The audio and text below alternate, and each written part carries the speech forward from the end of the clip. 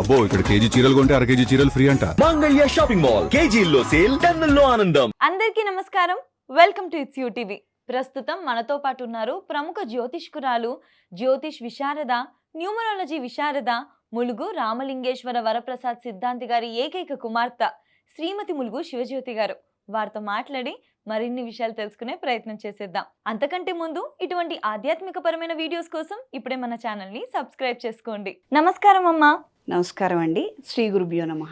అమ్మ, ఇప్పుడు కర్కాటక రాశి చూసుకుంటే వీళ్ళు ఏ విధంగా పూజ చేసుకోవాలమ్మా? ఏ అమ్మవారిని పూజ చేసుకోవాలి? వీళ్ళకి గురుగ్రహ సంచారం ఉందమ్మా.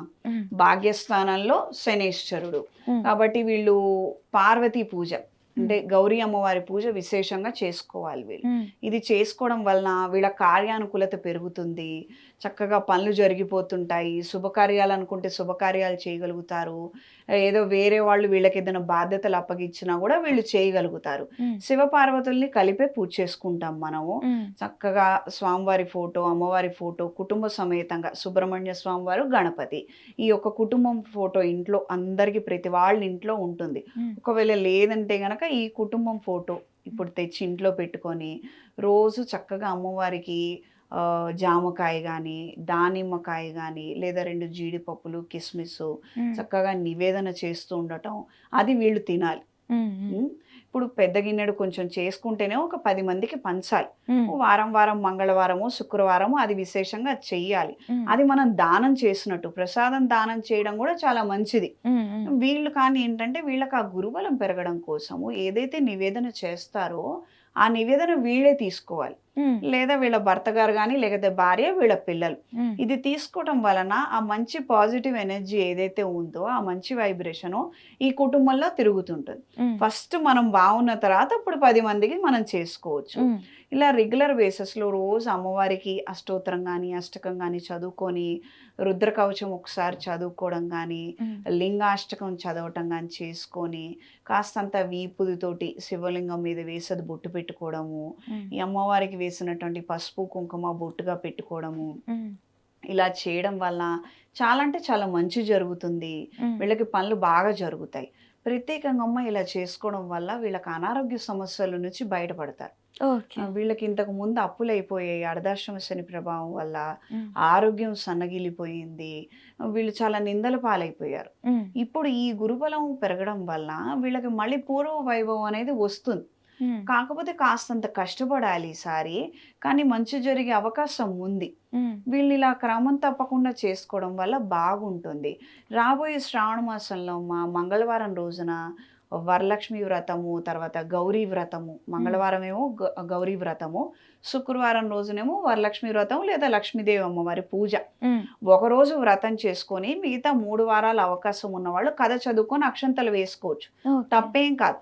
ఒక వారం మాత్రం పెద్దగా చేసుకుంటాము, నివేదన చేసుకోవడము, 10 మంది ముత్తైదువుల్ని పిలుచుకోవడము, వాళ్ళకి పండు తాంబూలం, పూతాంబూలం అని మనం యథాశక్తి మనం చేసుకోవచ్చు. ఘనంగా చేయాలని ఎక్కడా లేదమ్మా. ఇక్కడ మన వాళ్ళు ఏమనుకుంటారంటే ఘనంగా చేస్తేనే అమ్మవారు మనకేదో ఘనంగా ఇస్తుందని అనుకుంటారు. అలా ఏం కాదు. నువ్వు పూజ చేస్తున్నావు అంటే ఆ పూజ తాలూకు ప్రోటోకాల్ ఫాలో అవుతున్నావా లేదా అంటే, ఆ ప్రోటోకాల్ ఏంటి, ఇక్కడ నువ్వు ఎదుటి వాళ్ళని విమర్శించకూడదు. అది నేను ఇప్పుడు ఒక 10 రూపాయలు పెట్టి నేను నీకు జామ పండు ఇచ్చా, ఒక ఆవిడకి జామ పండు దొరకలేదు, ఏదో ఖర్జూరాలు ఇచ్చి పంపించారు, ఇదిగో చూడు ఈవిడ ఖర్జూరాలు ఇచ్చింది, గబుక్కుమని మాట జారిపోతాం. మగవాళ్ళైనా అలానే ఉంటారు, ఆడవాళ్ళైనా అలానే ఉంటారు. పరస్త్రీ నింద మాత్రం చేయకూడదు. నువ్వు ఎప్పుడు ఎక్కడ ఏ పూజ చెయ్యకపో, గురు నింద చెయ్యొద్దు. నీకెవరో టీచర్ గారు ఉన్నారు, నీకెందుకు, నీకు నచ్చకపోతే ఊరుకొని ఉండంతే. గాసిప్స్ అంటాం మనం, వెనకాల కమెంట్స్ చేయడం అని అంటాం మనం. గురు నింద మాత్రం అస్సలు చేయకూడదమ్మా. గురు నింద చేస్తే మాత్రం భ్రష్టత్వం పడతారు వీళ్ళు. గురువు గారిని మోసం చేయడము, గురువు గారికి వచ్చే వీళ్ళు తీసుకోవడము, లేదా ఆ గురువు గారు అలా అండి, ఈయన ఇలా అండి అని అలా మాట్లాడటము, అంటే ప్రొఫెసర్స్ గురించి కూడా అలా ఎప్పుడూ మాట్లాడకూడదు.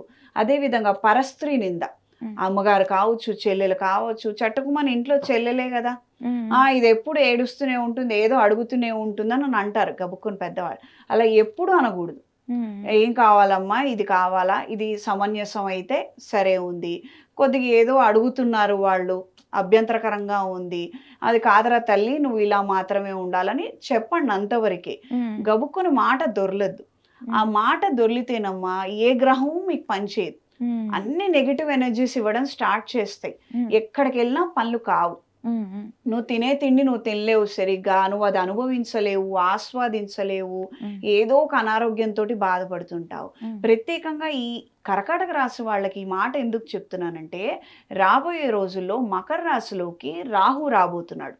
అంటే గురువు ఏమో కర్కాటకంలో, ఆపోజిట్ 7th హౌస్లోనేమో రాహువు. అంటే గురుచండాల యోగం పడుతుంది. అంటే గురువు రాహువులు కలిసి ఉంటే గురుచండాల యోగం. కానీ ఇక్కడ పరస్పరం చూసుకుంటున్నారు. అంటే రాహు ఎలాంటి వాడు, తుందిరు మనిషి, నోరు జారటము, ఏదో గట్టిగా మాట్లాడటము, రెబలిజము.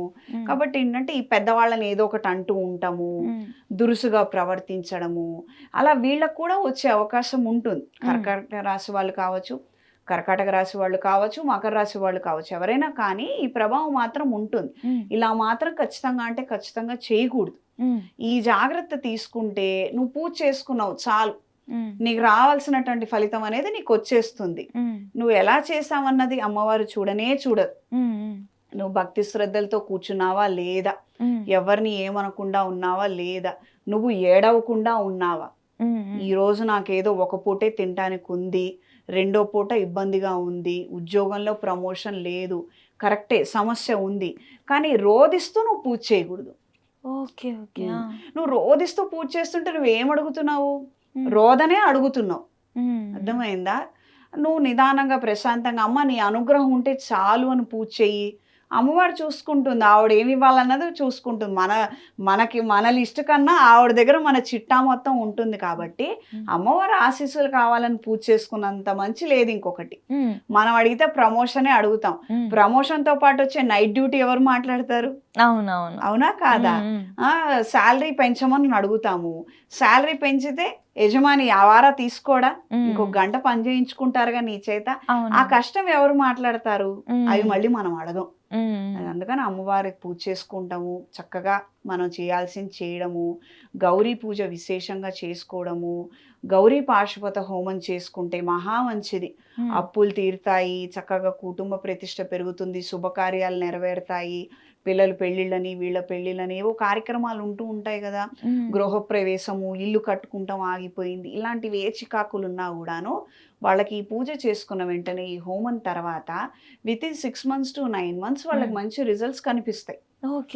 వాళ్ళకి ఆరోగ్యం కూడా బాగుంటుంది, నిలదొక్కుకోగలుగుతారు. ఈ గురు పౌర్ణమి రోజున ప్రత్యేకంగా శివాలయంలో అభిషేకం చేయించుకోవాలి వీళ్ళు ద్రాక్ష రసంతో. ఇప్పుడు మనకి ఈ సీజన్ లో నల్ల ద్రాక్ష దొరుకుతుంది. నల్ల ద్రాక్ష రసంతో పంచామృతాలతోటి శివాభిషేకం చేసుకొని ఆ ప్రసాదాన్ని వీళ్ళు స్వీకరించాలి. చాలా మందికి ఎక్కడ బద్ధకం వస్తుందంటే, ఆ తెల్లవారుజామున బ్రాహ్మీ ముహూర్తంలో వెళ్ళి అభిషేకం చేయించుకుంటారు, కానీ ఆరైపోయింది హడావుడిగా డ్యూటీకి వెళ్ళిపోవాలని ప్రసాదం తీసుకోకుండా వచ్చేస్తారు. అది చాలా తప్పు.